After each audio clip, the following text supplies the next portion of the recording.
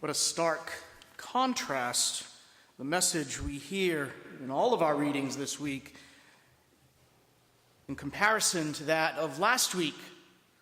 Last week, we heard Jesus chiding the hypocrisy of the scribes and the Pharisees, telling them that they cling to human traditions, but they forget the real meaning.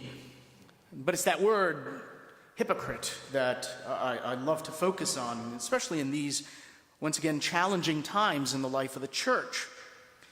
And I have to admit, like every Catholic, I've just been really overwhelmed.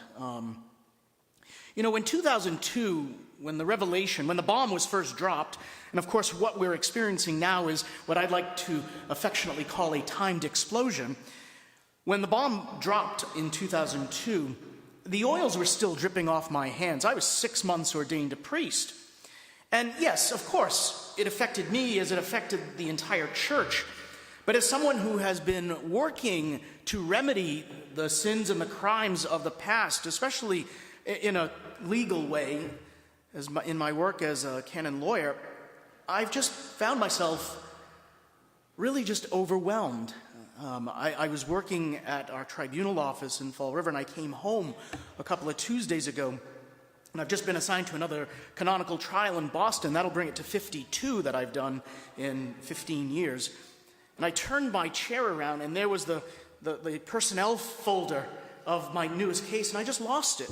Because I felt at that point, what have I been doing for all these years? It's been for naught. And I guess I let this past weekend's readings really get me down.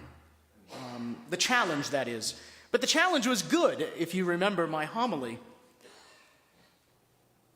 This week, there's a different theme. And I think it's a theme, it's not a turning point, because we still have a lot more struggle, internal struggle as a church that we need to focus on. And that was clearly evident. I just want to share with you how I spent most of my week this week. Every 4 years, the bishop will call his priests together, and we will usually meet in what's called a convocation. And how it usually works is we'll go somewhere away from the parish, and there'll be a speaker who's been assigned. There's a pretty, nationally, internationally known speaker who was going to speak to us this year, but I participated in a pilot program this summer called Better Brothers, and it's a pilot program that helps a priest to be a better brother, but to be a leader and a mentor to a younger priest. And at the end of these seminars, we all were in agreement that we needed to scrap the entire format of our convocation and really gather to pray and to kind of reevaluate the current crisis, the current scandal, the current everything in the church. And boy, did we. But one of the things that I took away that I'd like to share with you this morning, because a couple of weeks ago I said thank you for being here, and I still look out and I'm edified that you are here, and I'm so grateful. But like your heart, my heart is heavy. I'm just actually exhausted. I really am. I'm exhausted apologizing. I'm exhausted hearing about it.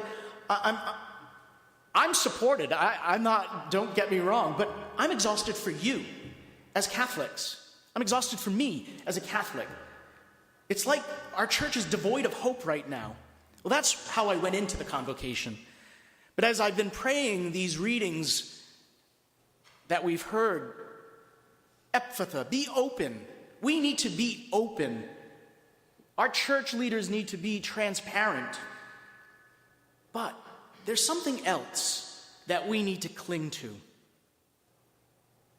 This reading from the prophet Isaiah, it has a very Adventish theme to it. When we prepare for the coming of Christ at the end of time, but in time. Isaiah speaks to a tired, saddened, hungry and thirsty community. And this is what Isaiah says. Say to those who are frightened, be Be strong. Fear not. Here is your God. What else more need I say? Amen.